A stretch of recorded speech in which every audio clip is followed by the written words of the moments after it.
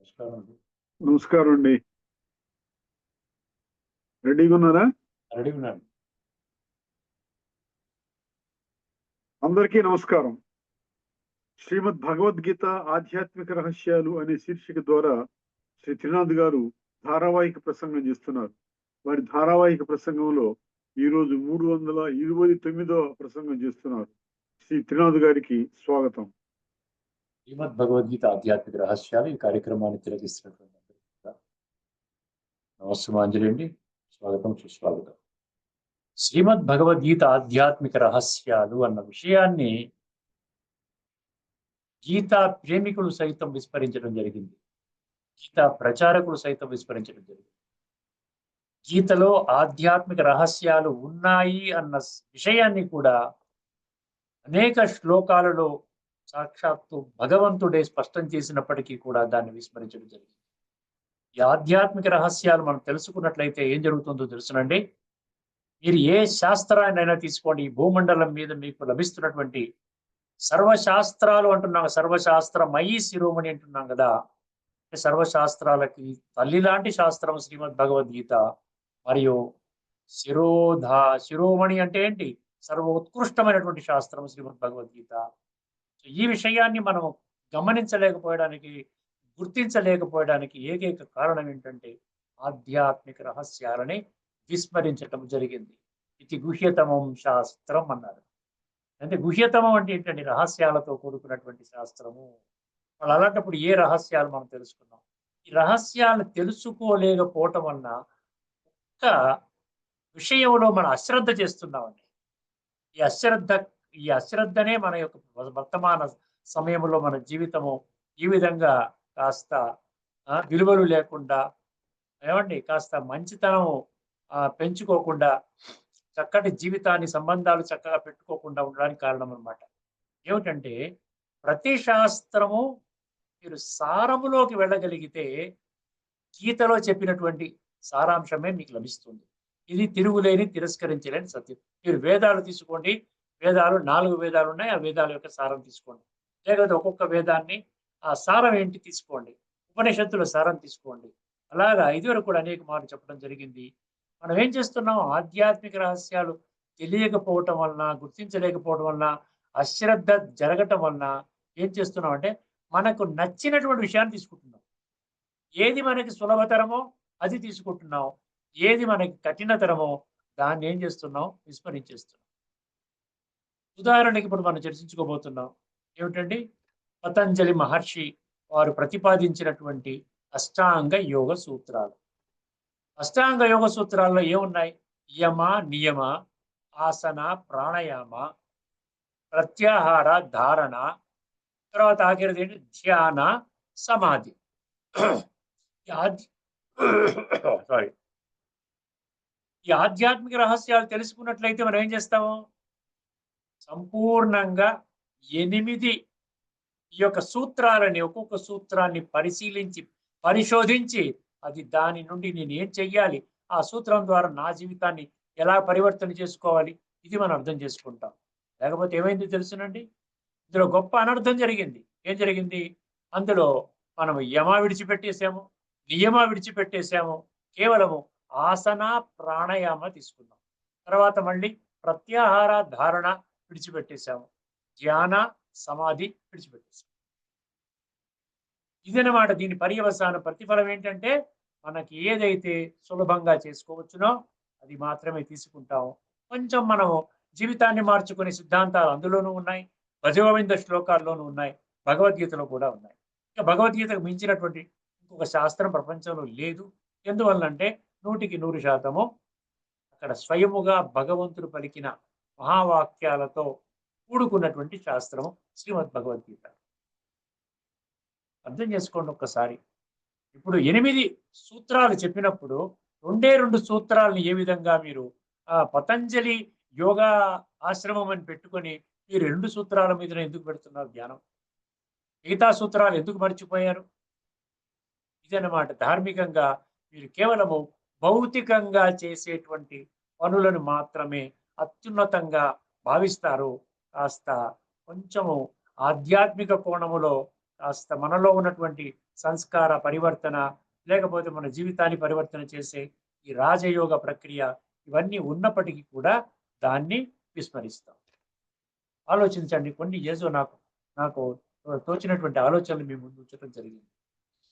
పతంజలి యోగము అంటున్నారు. మరి యోగం అంటే యోగం అర్థమైందా మనకి? యోగాసనాలే యోగం అనేటువంటి అనుకోవడానికి అవకాశం ఉందా?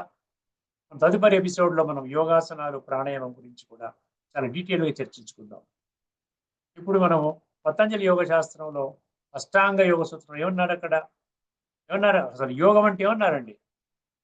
చిత్త ఏమన్నారండి? నిరోధ అన్నాడు. చిత్త వృత్తి నిరోధ అన్నాడు.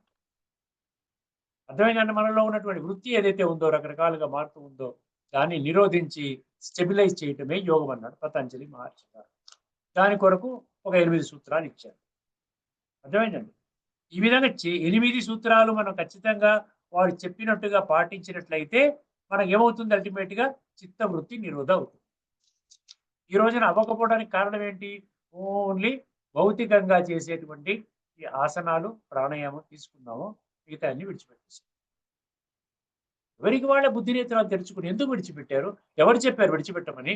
ఎక్కడైనా పతంజలి మహర్షి గారు ఏదన్నా ఒక క్లాస్ పెట్టారా? ఆ ఉన్నటువంటి పతంజలి యోగ శాస్త్రంలో పలానా దగ్గర మీకు నచ్చిని తీసుకోండి, నచ్చని విడిచిపెట్టండి అని చెప్పారు ఎక్కడైనా? మనకి మనమే విడిచిపెట్టేసాం. ఎందుకంటే మన బుద్ధి నేత్రాలు తెరవటం లేదు, అజ్ఞానంలోనే ప్రయాణం చేస్తున్నాం. అజ్ఞానం అంటే దేహాభిమానంలో, దేహభ్రాంతిలో మనం జీవిస్తున్నాం. ఇప్పుడు మనము ఏం తెలుసుకుందాం? గత ఎపిసోడ్ నుంచి మన పతంజలి యోగ సూత్రాలు మొదలు పెట్టుకున్నామంటే యోగం అంటే చిత్తవృత్తి నిరోధ. దాంట్లో యమ అంటే మనం తెలుసుకున్నాం. ఇప్పుడు ఈ ఎపిసోడ్ లో మనం నియమ అంటే ఏమిటో తెలుసుకుందాం. యమ అంటే మనం ఏం తెలుసుకున్నాం చెప్పండి? యమ అంటే కొన్ని మనము ఏమి చెయ్యకూడదో అది చెప్పారు. అర్థమైందండి? అహింస, సత్యం, అర్థమైందండి? అహింస, సత్యం, అస్తేయ, బ్రహ్మచర్య, అపరిగ్రహ. డోంట్స్ డూస్ అంటారు చూసారా? డూస్ అండ్ డోంట్స్ అంటారు. అక్కడ ఏమన్నారు? అక్కడ అహింస అంటే నాన్ వైలెన్స్. అర్థమైందండి? తర్వాత ఏమన్నారు? సత్యం అంటే ఏంటి? సత్యమే చెప్పాలి, అసత్యం ఉండకూడదు. అస్తేయ అంటే దొంగతనం చేయకూడదు. తర్వాత బ్రహ్మచర్యం అంటే ఆ విధంగా పవిత్రత, శుద్ధతను పాటించాలి, అపవిత్రత ఉండకూడదు. ఆఖరి అపరిగ్రహ అంటే లోభగుణం అనేది ఉండకూడదు అన్నారు. ఇప్పుడు మనం ఏం చెయ్యాలి అన్నది ఇక్కడ నియమలో వస్తుంది. యమ, నియమ. ఇప్పుడు రెండవ సూత్రము నియమలో మళ్ళీ అందులో కూడా ఒక 5 సూత్రాలు, 5 పాయింట్స్ ఉన్నాయి. 5 విషయాలు చర్చ జరిగింది అందులో. అందులో ఒకసారి 5 విషయాలు అర్థం చేసుకుని ప్రయత్నం చేద్దామండి. శౌచ సంతోష, శౌచ సంతోష, ఏమండి? శౌచ సంతోష. మూడవది ఏంటంటే తపహ. శౌచ శౌచ సంతోష తపహ. స్వాధ్యాయ నాలుగవది. ఈశ్వర ప్రణిధాన. ఇది 5. ఇది నియమం. యమ నియమాలు విడిచిపెట్టేసాం చూసారా మనం? ఇక్కడ ఎంత చక్కగా చెప్తున్నాడు. ఈశ్వర ప్రణిధాన అన్నాడు. ఈశ్వర ప్రణిధాన అంటే ఏమిటి? ఈశ్వరుని మీద బలిహారం అవ్వడం, టోటల్ సరెండర్. అక్కడ కూడా ఈశ్వర అనే పదం వచ్చింది. ఈశ్వరుడే భగవంతుడు, ఈశ్వరుడే పరమాత్మ, ఈశ్వరుడే గాడ్ అంటాం చూసారా మనం? గాడ్ ఈజ్ వన్ అంటాం కదా. ఈశ్వరుడు పరమాత్మ, భగవంతుడు. అర్థమైందండి? ఇప్పుడు ఈశ్వర ప్రణిధాన అన్నప్పుడు వాళ్ళు ఎందుకు విడిచిపెట్టారు? ఈశ్వరుని ఎందుకు గుర్తించలేదు? ఈశ్వరుడు అసలు ఎవరు? మామూలుగా దేవీ దేవతల్లో ఒకరా? ఎక్కడైనా ఉన్నదా? 33 కోట్ల దేవీ దేవతల్లో ఈశ్వరుడు అని చెప్పి ఎక్కడైనా ఉన్నదా? లేకపోతే ధర్మస్థాపకుల్లో ఈశ్వరుడు గురించి ఉందా? సాధువులు, సన్యాసులు, ఋషులు, మునులు, మహామండలేశ్వరులు, జగద్గురువులు, పీఠాధిపతులు వగేరా వగేరా వీళ్ళలో ఈశ్వరుడు అని వారు ఎవరు ఉన్నారా? పుణ్యాత్మలు, మహాత్మల్లో ఉన్నారా?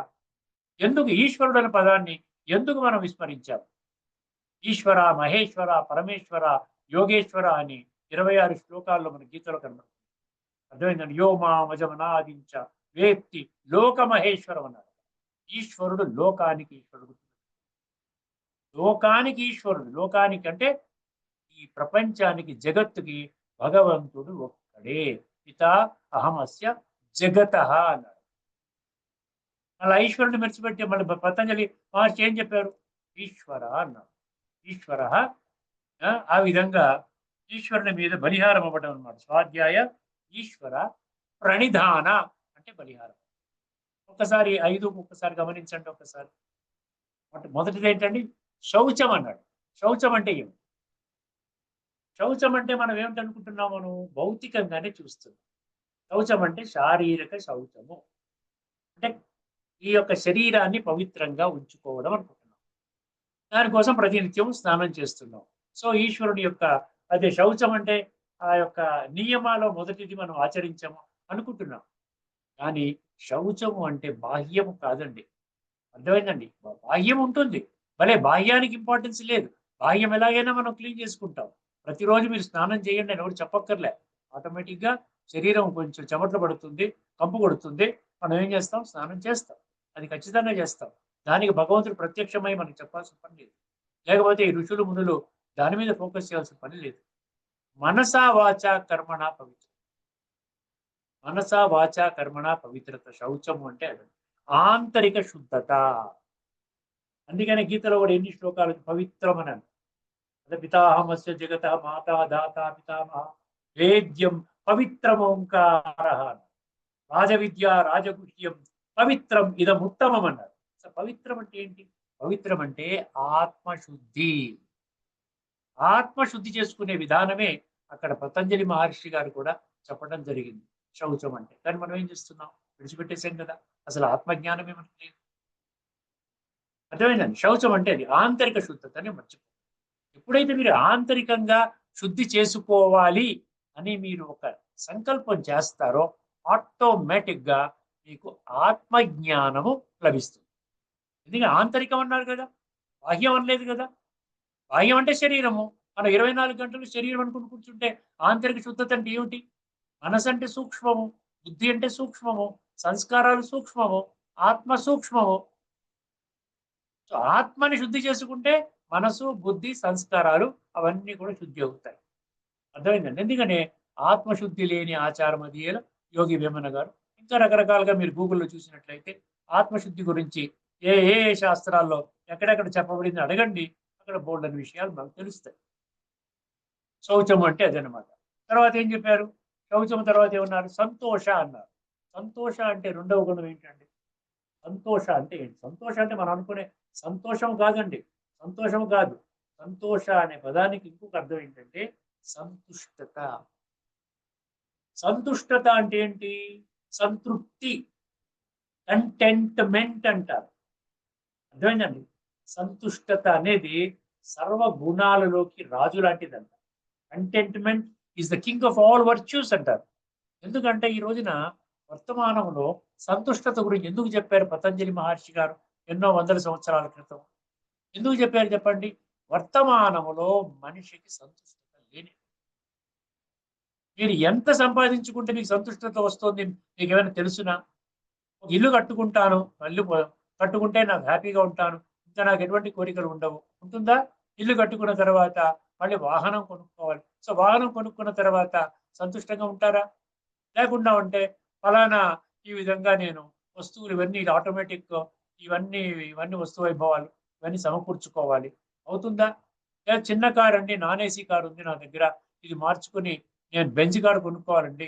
దానికి 2,00,00,000 రూపాయలు. అది అది అది వచ్చిన తర్వాత మీకు సంతుష్టంగా ఉంటుందా? మీకు బ్యాంక్ బ్యాలెన్స్ ఒక 100,00,00,000 ఉంటే సంతుష్టంగా ఉంటారా? సంతుష్టత లేకపోవటం వల్లనే మీలో అలజడి, మీలో ఈ విధంగా ఉన్నటువంటి టెన్షను, స్ట్రెస్సు, ప్రెషరు, ఒత్తిడి అంటున్నారు చూసారా? ఈ రోజున ఎవరిని అడిగినా కూడా మేము మానసిక ఒత్తిడితో బాధపడుతున్నాం. టెన్షన్‌తో ఉన్నాం. టెన్షన్‌లో సరైన నిర్ణయాలు తీసుకోగలుగుతారా మీరేమైనా? ప్రశాంతంగా ఆలోచించుకోకూడదా? ప్రశాంత మనసం ఏనం యోగినం సుఖముత్తమం అన్నాడు. ఉత్తమ సుఖం అంట. ఎవరు ప్రశాంతమైనటు మనసు పెట్టుకున్న వాడికి ఉత్తమ సుఖం లభిస్తుందన్నాడు. మరి దాన్నేమైనా మనం ఏమైనా పట్టించుకున్నామా? ఇక్కడ సంతుష్టత అనేది పతంజలి మహర్షి గారు చెప్పిన సూత్రాలు మరి ఎన్ని ఉన్నాయి? కొన్ని వందల పతంజలి సేవా కేంద్రాలు ఇక్కడ ముఖ్యంగా మనకి ఇక్కడ ఉన్నాయి భారతదేశంలో. అక్కడ ఏం నేర్పిస్తున్నారు? ఓన్లీ యోగాసనాలు నేర్పిస్తున్నారు. ప్రాణాయామం నేర్పిస్తున్నారు. ఇది చెప్తున్నారా? నియమం గురించి చెప్తున్నారా? సంతుష్టత ఉండాలని ఏమైనా పాఠం చెప్పారా? పతంజలి గారు ముఖ్య పాఠం యోగాసనాల పాఠము. ఫస్ట్ పాఠం ఏం పెట్టాడు ఆయన? ఫస్ట్ సూత్రం ఏం పెట్టాడు? యమ అని పెట్టాడు. రెండవ సూత్రం నియమ అని పెట్టాడు. ఆ 2 సూత్రాలను ఎందుకు విడిచిపెట్టామండి? మూడో సూత్రం పట్టుకున్నాం మనం. సంతుష్టత అంటే ఏమిటి? ఎప్పుడు వస్తుంది చెప్పండి సంతుష్టత? నిజంగా చెప్పండి. మనస్ఫూర్తిగా బుద్ధి నేత్రాలు తెరుచుకొని, సత్యత ఆధారంగా ఒక్కసారి గుండె మీద చేపెట్టుకొని, నేను ఈ వర్తమాన జీవితంలో సంతుష్టత అనే గుణాన్ని ఏ ఏది పొందితే పొందగలుగుతాను? ఏది పొందితే పొందగలుగుతాను? నా పిల్లలిద్దరు అమెరికాలో చదువుకుంటే సంతుష్టత ఉంటుందా? లేకుండా ఉంటే మా అమ్మాయికి మంచి సంబంధం ఇచ్చి, చాలా ఉన్నతమైనటువంటి, చాలా పెద్ద కుటుంబంలో నేను వివాహం చేయడం నిశ్చయించుకున్నాను. అది పొందానంటే సంతుష్టంగా ఉంటానా? లేకపోతే నాకున్నటువంటి బ్యాంకు బ్యాలెన్స్ ఒక ₹1,00,00,000 వస్తే సంతుష్టంగా ఉంటాను. ఉంటుందా? ఉండదు. సంతుష్టత ఎప్పుడొస్తుందంటే, మీకు ఆత్మ యొక్క అనుభవం ద్వారా, ఆత్మ పరమాత్మతో సంగమించినప్పుడు, పరమాత్మ నుండి గుణాలు, శక్తులు తీసుకున్నప్పుడు, ఇది ఒక ఆధ్యాత్మిక జ్ఞానం ఆధారంగా కుదురుతుంది కాబట్టి, ఈ జ్ఞానాన్ని సంపూర్ణంగా అర్థం చేసుకున్నప్పుడు అది ఏమిటంటారు? ఇన్నర్ ఫుల్‌ఫిల్‌మెంట్ అంటారు. అర్థమైందండి? రకమైనటువంటి నిండుదనం అన్నమాట. 26 దివ్య గుణాలు ఇచ్చాడక్కడ. 26 దివ్య గుణాలు చెప్పాడు. నేనన్నాడు, నీలోనే నింపి పెట్టానన్నాడు. భవంతి సంపదం దైవీం అభిజాతస్య భారత అన్నాడు. నేను భగవంతుడు అంటున్నాడు కదండీ! నేననట్లేదు కదా! ఎవరు అనట్లేదుగా, భగవంతుడు అంటున్నాడు. భవంతి సంపదం దైవీం అభిజాతస్య భారత. ఏ అర్జునా, నీవు ఈ 26 దివ్య గుణాలతో నేను పుట్టించాను ఒరిజినల్‌గా. కానీ మర్చిపోయావు దాని గురించి. అది గాని నీలో ఉన్నట్లయితే, నీలో అది ప్రవహించినట్టయితే, ఆ గుణాలన్నీ నీలో అనుభవంలోకి వచ్చినట్లయితే, ఇవన్నీ కూడా నీకేమర్థమవుతాయి? కేవలం ఒక్క జన్మకి మాత్రమే. ఈ యొక్క ఆఖరి శ్వాస ఉన్నంత వరకు మాత్రమే దాని నుండి చూసుకుంటూ, అమ్మ బ్యాంకు బ్యాలెన్సు ₹20,00,00,000 చేరింది. ఇవాళ వ్యాపారం బాగా జరిగింది. ఇవాళ నాకు ఇదొచ్చింది, ఇంక్రిమెంట్స్ వచ్చాయి, ప్రమోషన్ వచ్చింది. ఇవన్నీ భౌతికంగా మనం ఇవన్నీ కొనుక్కున్నాం. పెద్ద బంగళా కొనుక్కున్నాం. ఇల్లంతా రిపేర్ చేసుకుని, చక్కగా ఫర్నిచర్ అన్ని పెట్టుకున్నాం. ఇవన్నీ ఎంతవరకు ఉంటుంది? ఇక్కడ ఉన్నంత వరకే ఉంటుంది. తర్వాత మళ్ళీ మీకేమైనా కంట్రోల్ ఉంటుందా దాని మీద? అందుకనే ఇన్నర్ ఫుల్‌ఫిల్‌మెంట్ ఏంటి? ఆంతరిక జగత్తులోకి వెళ్ళటం అంటే, ఆత్మ జ్ఞానం పొంది, ఆత్మ యొక్క ఉనికి అంటే అస్తిత్వాన్ని పొంది, అనుభూతిలోకి వచ్చి, జీవితంలో ఆత్మానుభవం అంటారు చూసారా? ఆత్మానుభవంలోకి వచ్చినప్పుడు, ఆ గుణాలు, శక్తులు మీకు రాజయోగం అనే ప్రక్రియ ద్వారా మీలో ప్రవహించినప్పుడు, అప్పుడు మీకు నిండుదనం అనిపిస్తుంది. ఎందుకంటే ఆత్మ అవినాశి. ఇది చివరి వరకు ఉంటుంది. శరీరము చాలించి ఆఖరి క్షణం వరకు ఆ నిండుదనము పరమాత్మక స్మృతిలో ఉంటుంది. ఆత్మిక స్థితి పరమాత్మక స్మృతిలో ఆ పరమాత్మ మిమ్మల్ని రిసీవ్ చేసుకుంటాడు. అందుకనే గీతలో ఏమన్నాడు? నీవు జీవితాన్ని ఎలా జీవించాలి? నీ జీవితాన్ని ఎలా చాలించాలి? అదే భగవద్గీతలో చెప్పడం జరిగిందండి. How to live and how to die. అందుకనే ఇక్కడ సంతుష్టత అనే గుణాన్ని పెంచుకోండి అంటే, భగవంతుని మార్గంలో నడవండి, ఆత్మ చింతన చెయ్యండి, ఆత్మని సమృద్ధిగా చేసుకోండి అని అర్థం. శౌచ, సంతోష, తపః అన్నాడు. అది ఏ విధంగా వస్తుంది? తపః అంటే ఏమిటి? తపః అంటే తపస్సు కాదు. మనం అనుకున్నట్టుగా మనము ఘోర తపస్సులు చూస్తున్నాం. ఎక్కడో మనం వింటున్న నిప్పుల మీద నడుస్తారండి. లేకపోతే అసలు ఎటువంటి ఆహారం తీసుకోకుండా ఆ విధంగా సంవత్సరాల తరబడి జీవించేస్తున్నారండి. ఆ విధంగా ఉంటే దానివల్ల ఉపయోగం లేదు. శరీరాన్ని శుష్కింపజేసుకునే తపస్సులు కాదు. ఆత్మలో ఉన్న కుళ్ళుని కడుక్కోవడం తపస్సు. రాజయోగం అనేది అంతకంటే గొప్ప తపస్సు ఇంకా మీకు ఈ ప్రపంచంలో ఎవ్వరు కూడా ఇవ్వరండి. హైయెస్ట్ తపస్సు అన్నమాట. ఆత్మానుభూతి, పరమాత్మానుభూతి, ఆ విధంగా కనెక్షను, యోగము, రాజయోగము, దాని ద్వారా గుణాలు, శక్తుల ప్రాప్తి, ఆ విధంగా డివైన్‌గా తయారవ్వటం అన్నమాట. మనలో ఆ విధంగా మనలో ఉన్నటువంటి చెడు సంకల్పాలు, చెడు మాటలు ఇవన్నీ చేయవండి. చెడు కర్మలు, తప్పు చేస్తే కర్మల గుహ్యగతి కూడా మనకి ఎదురుగుండా ఉన్నది కంచి పట్టుకొని. తప్పు చేసావా? నీవు చేసిన ఆ పాపానికి నీవే శిక్షను అనుభవిస్తావు అని పదే పదే పదే పదే మనం గుర్తు చేస్తున్నప్పుడు ఎందుకు తప్పు చేస్తామండి? అందుకనే ఆంతరికంగా ఆంతరిక శుద్ధి చేసుకునే ప్రక్రియ ఏదైతే ఉందో, తపస్సు అంటే ఆత్మని పరమాత్మతో నిరంతరము ఎంత వీలైతే అంత సమయాన్ని మీరు కేటాయించుకుని, ఆ విధంగా ఈ రాజయోగ అభ్యాసం ద్వారా మీరు చేసేటువంటి తపస్సు, అది ఆత్మని శుద్ధి చేసే తపస్సు. మన భౌతికంగా ఎటువంటి తపస్సులు ఏమీ లేవండి. భౌతికంగా నేను అడవికి వెళ్ళిపోయి తపస్సు చేస్తున్నాను, దానివల్ల ఉపయోగం లేదు.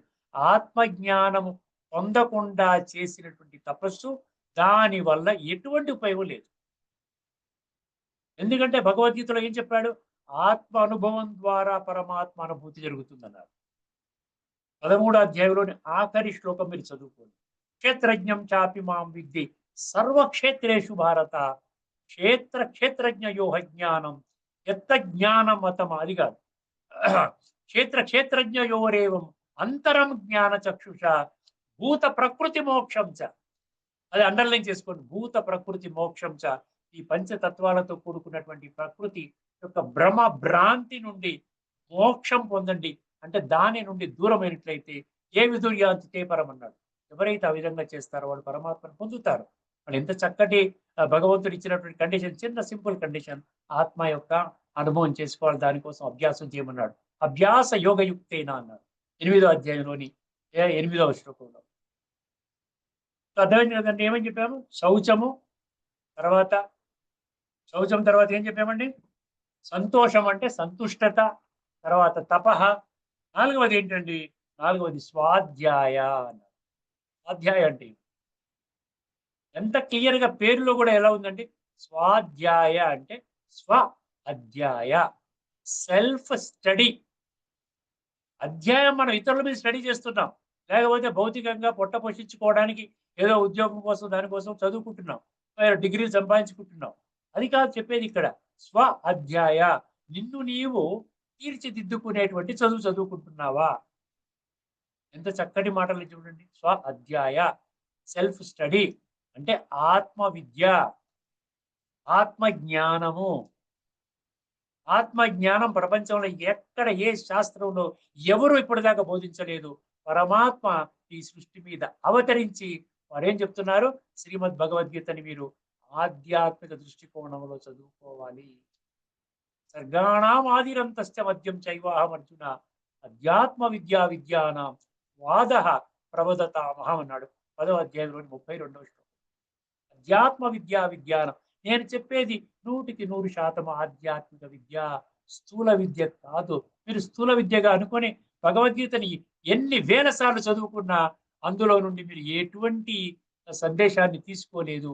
ఆత్మ యొక్క ఉనికిని కనిపెట్టుకోలేదు, పరమాత్మ యొక్క ఉనికిని కనిపెట్టలేదు, రాజయోగం అర్థం కాలేదు. 93 శ్లోకాల్లో యోగం అన్న పదం ఉంది. ప్రతి అధ్యాయం చివరన యోగం అనే పదముతో ముగిస్తోంది. బ్రహ్మ విద్యాయాం యోగ శాస్త్రే. ఇంత స్పష్టంగా ఉన్నప్పటికీ కూడా యోగము తప్ప అన్ని తెలుసుకున్నాం మనం. యుద్ధం అనండి, ఒక అర్జునుడికి అనండి, ఒక హిందూ ధర్మశాస్త్రం అని చనిపోయినప్పుడు చదువుకోవాలి, లేకపోతే ద్వాపర యుగానికి సంబంధించిన శాస్త్రం చదువుకున్నాం. ఇవన్నీ ఎక్కడ చెప్పలేదండి గీతలో. ఇప్పటికి వచ్చి 400 శ్లోకాల పైనే మనం చర్చించుకున్నాం ఇప్పటిదాకా గత 328 ఎపిసోడ్స్ లో. అర్థమైందండి. ఒక్కసారి ఎక్కడైనా మనం ఇప్పుడు ఈ విషయాలు వచ్చాయో చనిపోయిందో చదువుకోండి, ద్వాపర యుగానికి సంబంధించి మీకు సంబంధం లేదు, మీరు ఊరికినే పైన కూర్చుని వినండి, ఇది కేవలం అర్జునుడికి అక్కడెక్కడ యుద్ధరంగంలో పోటాపోటీగా నేను చెప్పాను అని ఎక్కడైనా ఉందా? అర్జునుడిని చెప్పాడా పోనీ కనీసం? అందుకని అంటున్నాడు, అంధవిశ్వాసం ద్వారా మనం ఏమి పొందలేదు. నేత్రాన్ని తెరవండి అంటున్నాడు. సో తపః అంటే అర్థమైంది. తర్వాత స్వాధ్యాయ అంటే సెల్ఫ్ స్టడీ, ఆత్మ యొక్క ఉనికిని కనిపెట్టేది. అది కేవలము శ్రీమద్ భగవద్గీతని ఆధ్యాత్మిక దృష్టికోణములో తెలుసుకుంటేనే. అంతేనా? ఈ విధంగా పతంజలి యోగ శాస్త్ర సెంటర్స్ ఉన్నాయి, కానీ ఎక్కడైనా స్వాధ్యాయం ఉందా? ఇంకొకటి మీకు ఆశ్చర్యాన్ని కలిగించే విషయం ఇంకొకటి చెప్తాను. స్వాధ్యాయ అనే ఒక సంస్థ కూడా ఏర్పడింది. స్వాధ్యాయ అనే సంస్థలో కూడా నేను ఒకసారి ఉపన్యాసం ఇచ్చాను, ఎక్కడో మన హైదరాబాద్ రాజేంద్ర నగర్లో ఎక్కడ ఉంటే. అర్థమైందండి. అక్కడ కూడా ఆత్మజ్ఞానము, ఆత్మ చర్చ లేదండి. అంటే అంతా కూడా భౌతికంగానే తీసుకుంటున్నాం మనం. కానీ స్వాధ్యాయ అంటే భౌతికం కాదు, అభౌతికము. ఆత్మ యొక్క అనుభూతి కలిగితే కానీ, ఆత్మ యొక్క ఉనికిని కనిపెడితే కానీ మనం భగవంతుడి యొక్క భగవంతుడు వచ్చినప్పటికీ కూడా మనకు అర్థం కాదు. ఎంతవరకు అర్థం కాదంటే, నన్ను నేను ఆత్మగా అర్థం చేసుకోలేనంత వరకు అర్థం కాదు. స్వాధ్యాయ. ఆఖరిది ఈశ్వర ప్రణిధాన. ఈశ్వరుడు అంటే మీకు స్వాధ్యాయ తర్వాత ఈశ్వర ప్రణిధానం చెప్పాడు. అంటే స్వాధ్యాయ మీకు సక్సెస్ఫుల్ గా ఈ స్టెప్ దాటితే, 4వ స్టెప్ దాటితే, అప్పుడు 5వ స్టెప్ మీకు ఈశ్వరుడి యొక్క ఉనికి, అస్తిత్వము మీరు గుర్తించగలుగుతారు. ఈశ్వరుడి మీద సంపూర్ణంగా బలిహారం అవ్వగలుగుతారు. అప్పుడు ఆటోమేటిక్గా మీ జీవితం అనేది ఉత్సాహంగా ఈ విధంగా ఉల్లాసంగా చక్కగా జీవిత ఆత్మలో ఇప్పటి వరకు చేసినటువంటి చెడు కర్మల ద్వారా, పాప కర్మల ద్వారా, విషయ వికారాల ప్రభావంతో చేసిన కర్మ ఆధారంగా ఆత్మలో ఏర్పడినటువంటి కుళ్ళు, ఈ విధంగా తమో ప్రధాన సంస్కారాలని అక్కడ కడగటం మొదలు పెడతాము. మన జీవితం సస్యశ్యామలంగా 3 పువ్వులు 6 కాయలుగా వెళుతుందండి. ఇది నియమాలు అర్థం చేసుకోండి. నియమాలు శౌచము, తర్వాత ఏమన్నారు సంతోష, తపః, స్వాధ్యాయ, ఈశ్వర ప్రణిధాన. ఇవన్నీ మనం చేయవలసినవి. అక్కడ ఏం చేయకూడదు అన్నాడు? నాన్ వైలెన్స్, ఇవన్నీ మనం చెప్పుకున్నాం. సో యమ అంటే డోంట్స్, ఇది ఏవైతే డూస్ అన్నమాట, డూస్ అండ్ డోంట్స్. ఇది తదుపరి ఎపిసోడ్ లో మనం ఆసన ప్రాణాయామం గురించి మనం చర్చించుకుంటాం. ఇప్పుడు మన యొక్క సబ్జెక్ట్ ఏంటంటే భగవంతుడు కాలచక్రములో ఏ విధముగా తన యొక్క రోల్ ఏంటి, పరమాత్మ యొక్క రోల్ ఏంటి, ఈశ్వరుడు యొక్క రోల్ ఏంటి అనే దానిలో మనము అంటే ప్రతి ఒక్క మనిషి కాలచక్రములో 100% అంటే ఖచ్చితముగా ఈ పరిభ్రమణము చేయవలసినదే. ఈ యొక్క జనన మరణ చక్రములో తిరగవలసిందే. దీనికి ఎటువంటి వేరే మార్గము లేదు. పర్మనెంట్ గా శాశ్వతంగా జన్మరాహిత్యము అనేది లేదు. ఇది కుండ బద్దలు కొట్టినట్లుగా సాక్షాత్తు భగవంతుడే ఈ విధంగా భగవద్గీత ఆధారంగా అనేక శ్లోకాల ఆధారంగా స్పష్టం చేస్తూ వస్తున్నారు. అర్థమైంది. మనం సుమారుగా 10-12 శ్లోకాలు ఇప్పటికే మనం చర్చించుకున్నాము. ఇందులో ముఖ్యంగా సృష్టి రహస్యాలు చెప్తున్నాడు భగవంతుడు. ఎందుకు నా ఒక్కడి దగ్గరే ఆ పవర్ ఉంది, ఎవరి దగ్గర లేదు. 33 కోట్ల దేహదారుల దగ్గర పవర్ లేదు. సృష్టిని మార్చే పవర్ లేదు. మనిషిలో ఉన్నటువంటి పెరిగిపోయిన సంస్కారాలని అడిగే పవర్ లేదు. కేవలం నా ఒక్కడి దగ్గరే ఉన్నది. నేను చేస్తున్నాను. ఇప్పటికే కొన్ని లక్షల మంది ఈ విషయాన్ని గుర్తించి సంస్కార పరివర్తన మార్గంలో పడ్డారు. ఎందువలన ఆ పవర్ నా ఒక్కరి దగ్గరే వచ్చింది అన్నదానికే మనం గత 2 ఎపిసోడ్స్ లో మనం ఏం చెప్పుకున్నామండి? ఈ విధంగా ప్రకృతి అంటే ఈ విధంగా కనబడేటువంటి స్థూలంగా ఉన్నటువంటి ఈ పంచతత్వాలతో కూడుకున్నటువంటి శరీరము, మరియు 3 సూక్ష్మ తత్వాలు అంటే మనసు, బుద్ధి, సంస్కారాలు, ఈ 8 తత్వాల యొక్క ప్రకృతికి కూడా నేనే కారణం అని చెప్పాడు. తదుపరి ఎపిసోడ్ లో మనం ఏం చర్చించుకున్నామంటే ఈ యొక్క ప్రకృతిని కంట్రోల్ చేయడానికి చైతన్య శక్తిని కూడా అది కూడా నేనే క్రియేట్ చేశాను అని అన్నాడు. అదే ఒక్కసారి గమనించండి. భూమిరాపో అనలో వాయు కమ్మనో బుద్ధిరేవచ అహంకారమితీయం మే భిన్నా ప్రకృతి అష్టదా. ఈ అష్టదా అంటే 8 తత్వాలతో కూడినటువంటి ప్రకృతిని నేనే సృష్టించాను అన్నాడు. తర్వాత ఏమన్నాడు? తర్వాత శ్లోకంలో అపరేయమితస్త్వన్యాం ప్రకృతి విద్ధి మే పరాం జీవభూతాం మహాబాహో యయేదం ధార్యతే జగత్ అన్నాడు. ఇక్కడ జగత్ అన్న పదం చూసారా? జగత్ అంటే విశ్వం అండి. జగత్ అంటే సంపూర్ణ విశ్వము. కేవలం ఒక హిందూ ధర్మానికి సంబంధించిన ఈ విధంగా భారతదేశం అని సింగపూర్ అని అనలేదండి. జగత్తు అని అన్నాడు. సో ఈ జగత్తులో మొత్తం ప్రపంచంలో ఎంతమంది జీవులు ఉన్నారు? 84 లక్షల జీవరాశులు ఉన్నాయి అంటున్నాం. అందులో మనిషి కూడా ఉన్నాడు కదా. వీళ్ళందరి యొక్క ప్రకృతి అంటే నేనే సృష్టించానంటే జడ పదార్థం నేనే సృష్టించాను. దీనిలో చైతన్యాన్ని జోడించాను. చైతన్యాన్ని జోడించడం కూడా నేనే చేశాను. కాబట్టి ఇప్పుడు ఏం చేస్తున్నారు? ఈ విధంగా ఈ సృష్టి నాటక రంగంలో అందరూ పాత్రలు అభినయిస్తూ ఉన్నారు. ఈ రెండిటికి నేనే కారణం. ఇప్పుడు 3వ శ్లోకంలో ఏం చెప్తున్నాడో చూడండి. అర్థమైందండి? 3వ శ్లోకంలో ఏం చెప్తున్నాడు? ఏతద్యోనీని భూతాని సర్వాణీత్యుపధారయః. ఏతద్యోనీని భూతాని సర్వాణీత్యుపధారయః అహం సర్వస్య అహం కృత్స్నస్య జగతః ప్రభవః ప్రళయస్తదా. ఇక్కడ ప్రభవము, ప్రళయము. ఈ ముందు ఒక్కసారి మీకు అదే చిత్రాన్ని ఒక్కసారి మళ్ళీ చూపిస్తాను. ఎవరైనా కొత్తగా వచ్చిన వాళ్ళు ఉంటే వాళ్ళకి అర్థమవుతుంది, అర్థం కాదు. చిత్రం ద్వారా ఈజీగా అర్థమవుతుంది. ఇది ప్రత్యేకంగా భగవద్గీత ఆధారంగా తయారు చేసినటువంటి చిత్రం అండి. ఒకసారి గమనించండి. ప్రభవం, ప్రళయం అంటే ఏంటో తెలుసుకుంటే మనకు అర్థమైపోద్దండి. ప్రకృతి నేనే చేశాను. పురుష అంటే ఈ చైతన్యం కూడా నేనే చేశాను. అంటే శరీరము, ఆత్మ ఈ రెండు కూడా క్రియేట్ నేనే చేశాను. మొత్తం 850 కోట్ల మనుషులు, అదేవిధంగా 84 లక్షల జీవరాశులు, క్రిమి కీటకాదులు, పక్షులు ఏదైతే ఉన్న ప్రతి ఒక్కరు కూడా జడ చైతన్యముతో కూడుకున్నటువంటి ప్రాణులు. ఇది నేనే తయారు చేశాను కదా. మరి నేను తయారు చేసినప్పుడు ఎప్పుడు ఈ కాలచక్రంలో వీళ్ళందరూ నిష్క్రమిస్తారు, మళ్ళీ ఎప్పుడు పునః ప్రారంభమవుతుంది అనేది నా చేతిలోనే ఉంటుందా? లేకపోతే మీరు అనుకున్నటువంటి సాధువు చేతిలోనో, సన్యాసి చేతిలోనో, లేకపోతే ధర్మస్థాపకుల చేతిలోనో, దేహదారుల చేతిలో, 33 కోట్లలో ఏది దేవీ దేవతల చేతిలోనో ఉంటుందా? ఒకసారి గమనించండి. ప్రకృతి నేనే సృష్టించాను, చైతన్యము నేనే సృష్టించాను. అలాంటప్పుడు నా చేతిలోనే ఉండాలి కదా. ఆ విషయాన్ని ఎట్లా విస్మరించారు మీరు? ఏతద్ యోనీని భూతాని సర్వాణి త్రిపుధారయ, సర్వాణి యోని భూతాని అన్నాడు. చూసారా? యోని అంటే ఊంబ్, అర్థమైందండి. సర్వము మొత్తం సర్వాణి అంటాడు, మొత్తం అంతా ఈ జగత్తంతా కూడా. భూతాని అంటే ఏంటి? భూతాని అంటే శరీరాలు. ఏతద్ యోని ఈ విధముగా ఈ రెండు ప్రకృతి మరియు పురుష, ప్రకృతి పురుష అంటే జడము చైతన్యము, ఇది నేనే సృష్టించాను.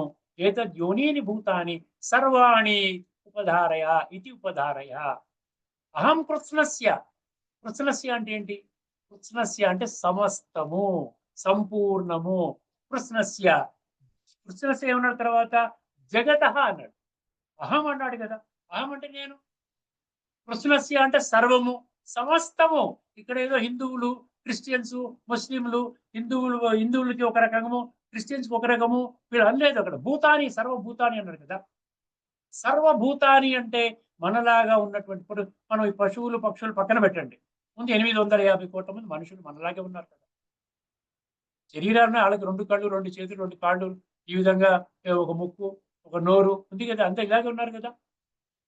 ఒకసారి ఆలోచించండి. ఇక్కడ ఎందుకన్నాడు? ఇక్కడ ఏతద్ యోనీని భూతాని సర్వాణి ఉపధారయ అహం కృత్స్నస్య జగత. కృత్స్నస్య జగత అంటే సంపూర్ణ జగత్తులో ఉన్నటువంటి జడ చైతన్య సృష్టిని నేనే. అందుకని వాటి యొక్క ప్రభవ అంటే పుట్టుక, అంటే ఈ కాలచక్రంలో ఎప్పుడు వారి యొక్క పాత్ర వస్తుంది, పాత్ర ఏ విధంగా, ఎవరెవరు ఏ విధంగా ఎంటర్ అవుతారు ఈ సృష్టిలో, అది కూడా నేనే చేస్తాను కదండి. లాజికల్ గా ఆలోచించండి. అది ప్రకృతి పురుష నేనే సృష్టించినప్పుడు ఇది ఎప్పుడు వస్తారు, ఎప్పుడు వెళ్ళిపోతారన్న సంగతి నా చేతిలో ఉంటుందా, లేక దేహదారుల చేతిలో ఉంటుందా? ఆలోచించండి. ఎవరి చేతిలో లేదు. అనవసరంగా మనము భగవంతుడి గురించి, భగవంతుడి యొక్క సత్యమైన సంపూర్ణమైన పరిచయం లేని వాళ్ళ దగ్గర నుంచి మనం భగవంతుడి పరిచయాన్ని పొందేటువంటి ప్రయత్నం చేస్తున్నాం. అది అక్కడ ఇప్పటి వరకు ఇన్ని రకరకాల పూజలు, పునస్కారాలు, యజ్ఞాలు, యాగాలు, జపాలు, తపాలు, నోములు, వ్రతాలు, అన్నదానాలు, వస్త్రదానాలు, తీర్థయాత్రలు ఇవన్నీ చేస్తున్నారు. మందిరాలు, మసీదులు, గురుద్వారాలు, బౌద్ధ దేవాలయాలు ఇవన్నీ ఉన్నప్పటికీ కూడా పరమాత్మని పసిగట్టలేకపోయింది కదా. ఒక్కసారి ఆలోచించండి తీక్షణంగా. అహం కృష్ణస్య జగత. అందుకనే ఏమన్నాడు? ప్రభవ ప్రళయ తథా అన్నాడు. ప్రభవము అంటే పుట్టుక ఎప్పుడు ప్రారంభమవుతుంది? ప్రతి కల్పము, ఈ కాలచక్రములో ప్రతి కల్పములో, ఆది అంటే సత్యయుగం ఆరంభములో వారి వారి సంస్కారాలని సాత్వికంగా ఎవరైతే పరివర్తన చేసుకున్నారో వారి ద్వారా ఈ సృష్టి ఇక్కడ ప్రారంభమవుతుంది. తర్వాత కొద్ది మంది తక్కువ మంది వస్తారు సత్యయుగంలో, తర్వాత కొద్ది మంది మళ్ళీ జాయిన్ అవుతారు. ఈ రెండు కలిపితే 33 కోట్లు. ఇక్కడ ఉన్నటువంటి 850 కోట్ల మందిలోనే ఈ 33 కోట్లు ఇక్కడ సెట్ అవుతారు. తర్వాత ద్వాపరయుగంలో మరొక 70, 80, 100 కోట్లు. తర్వాత కలియుగంలో ఈ విధంగా 600, 700 కోట్లు పెరిగి ఇప్పుడున్నటువంటి 900 కోట్లు అయిపోయింది. తర్వాత ఏం చేయాలి ఇప్పుడు? ఈ విధంగా 850, 900 కోట్లు అయిపోయింది. మొత్తం అంతా కూడా ఆత్మ జ్ఞానం మర్చిపోయారు, పరమాత్మ జ్ఞానం మర్చిపోయారు, సంస్కార పరివర్తన జ్ఞానాన్ని మర్చిపోయారు. అలా దిగుతూ దిగుతూ దిగుతూ ఈ 2 యుగాలు బాగానే ఉన్నారు. ద్వాపర యుగం కూడా బాగానే ఉన్నారు. అంటే 3 అంతులు బాగానే ఉన్నారు.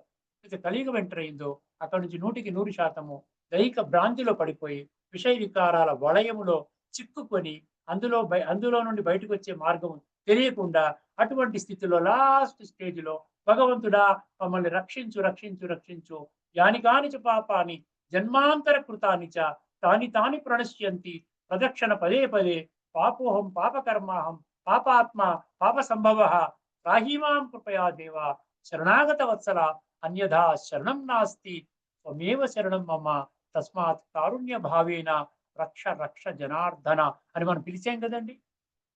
అందుకనే వారే వచ్చి మళ్ళీ ఏం చెప్తున్నారు, నాయన దేహభ్రాంతిని విడిచిపెట్టండి, మళ్ళీ పునః మీరు మీ ఒరిజినల్ స్వరూపంలోకి వచ్చేసేయండి. ఇప్పుడు ఏమవుతుంది, ప్రళయం అంటే ముగింపు జరుగుతుంది అనమాట. కర్టన్ ఇప్పుడు డ్రామా 3 గంటల డ్రామా అనుకోండి, ఒకసారి ఓపెన్ అవుతుంది, మళ్ళీ 3 గంటల డ్రామా అయిపోయిన తర్వాత మళ్ళీ కర్టన్ పడిపోతుంది. ఇప్పుడు కర్టన్ పడే సమయం వచ్చింది. కొద్దిగా ఈ యొక్క శరీరం ద్వారా మీరు ఎంత పురుషార్థం చేసుకుంటారో చేసుకోండి. ఆత్మని శుద్ధి చేసుకున్న వాళ్ళు మాత్రమే సత్యయుగంలోకి ఎంట్రీ పాస్ దొరుకుతుంది.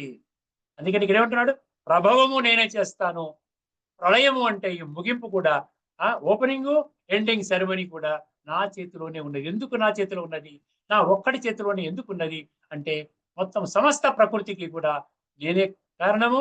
సమస్త చైతన్య శక్తి ఈ రెండిటికి కూడా జడ చైతన్య, ఈ రెండిటి యొక్క ఆవిర్భావానికి నేను ఒక్కడినే కారణం. కాబట్టి నా ద్వారానే ప్రభవము ప్రళయము జరుగుతుంది. అర్థమైందండి. ఇది ఈ యొక్క శ్లోకం యొక్క లోతైన తత్వం. ఒక్కసారి మనము భాష్యకారులు ఏం చెప్పుకున్నారో ఒకసారి గమనించుకొని ఈ యొక్క ఎపిసోడ్ని మనం సంపన్నం చేసుకుందామండి. ఏతద్ యోనీని భూతాని సర్వాణీత్యుపధారయ, ఇది ఉపధారయ అంటే తెలుసుకోండి, ఈ విధంగా అర్థం చేసుకోండి. ఉపధారయ అంటే ఎరుంగుము అన్నాడు. సర్వాణీత్యుపధారయ అహం కృత్స్నస్య జగతః ప్రభవః ప్రళయః తథా. ఒకసారి శ్లోకాన్ని మీనింగ్ విందామండి. ఓ అర్జున, సమస్త ప్రాణులను ఈ 2 విధములైన ప్రకృతుల నుండి ఏ ఉత్పన్నములగుచున్నవి. సమస్త ప్రాణులు గుర్తుపెట్టి, సమస్త ప్రాణులు మనుషులు, మిగతా ఇతర 84 లక్షల జీవరాశులు అన్ని కూడా ఏమంటున్నాడు, ఈ 2. అందుకనే చీమ చనిపోయిన దోమ చనిపోయిన శరీరాన్ని పడేసిపోతుంది. అలాంటి శరీరము ఆత్మ 2 ఉన్నాయన్నమాట. లేకపోతే ఎలా చనిపోయింది, ఇదివరకు ఎలా ఎగిరింది, ఇదివరకు ఎగిరింది, మన కుట్టిందా దోమ, మనం కొట్టేమిలాగా చచ్చిపోయింది. దోమ కనబడింది అంటే ఆత్మ వెళ్ళిపోయింది. ఓ అర్జున, సమస్త ప్రాణులను ఈ 2 విధములైన ప్రకృతుల నుండి ఉత్పన్నములగుచున్నవి. 2 విధములైన ప్రకృతి ఎందుకన్నాడు అక్కడ, ఒకటి అపరా ప్రకృతి, జడ ప్రకృతి. రెండవది చైతన్య ప్రకృతి, దాన్ని ఏమన్నాడు, పరా ప్రకృతి అన్నాడు. సో ఈ 2 ప్రకృతులు నేనే సృష్టించాను. ఈ 2 ప్రకృతుల నుంచి సమస్త ప్రాణులు, మానవులు అందరూ, సమస్త జీవరాశులు ఆ విధంగా ఉత్పన్నమవుతున్నవి. ఈ జగత్తు యొక్క ప్రభవము అంటే ప్రళయము అంటే ఆ విధంగా లీనమగుటయు అంటే సమాప్తి అవుటయు నా వలననే జరుగుతున్నది అనగా ఈ సంపూర్ణ జగత్తునకు నేనే మూల కారణము. సంపూర్ణ జగత్తునకు నేనే మూల కారణము అని భగవంతుడు నిర్ద్వంద్వముగా, అర్థమైందండి, ఖరాఖండిగా కుండ బద్దలు కొట్టినట్లుగా ప్రకటించడం జరిగింది. ఇక్కడితో మనం చర్చను ముగించుకుందామండి. తదుపరి ఎపిసోడ్లో మరొక శ్లోకము ఏ విధంగా భగవంతుడు ఈ సృష్టిని నడిపిస్తున్నాడు, ఈ సృష్టిలో ప్రతి ఆత్మ శరీరాన్ని జనన మరణ చక్రం అన్నట్టు చక్రమును ఖచ్చితంగా పరిభ్రమిస్తుంది. కాబట్టి వర్తమానములు ఈ ఒక్క జన్మ కొరకే 24 గంటలు శేష జీవితాన్ని గడపడం అనేది అది ఆ విధంగా వివేకంతో కూడుకున్న చర్య కాదు అని భగవంతుడు మనకు ముందుగానే గుర్తు చేస్తున్నారు. అర్థమైందండి. అంతవరకు సెలవు. అందరికీ నమస్కారం. లోకా సమస్తా సుఖినో భవంతు. ఓం శాంతి.